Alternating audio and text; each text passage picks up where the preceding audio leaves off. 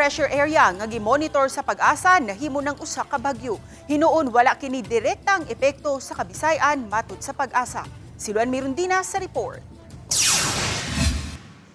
Alas 6 kaganihang buntag, nisulod na sa Philippine Area of Responsibility ang low pressure area ug human sa 2 ka oras. Nahimo na kining bagyo. Gitawag na kini og Tropical Depression Paulo ang ika-16 nga bagyo karong tuiga ug 11 nga bagyo sa buwan sa Oktubre. Matod sa pag-asa, sa mosunod nga 24 oras, mas mukusog pa kini ug mamahimong usa ka tropical storm. And then before siya mo landfall, expected sa northern Luzon, makaabot siya sa kategorya nga severe tropical storm.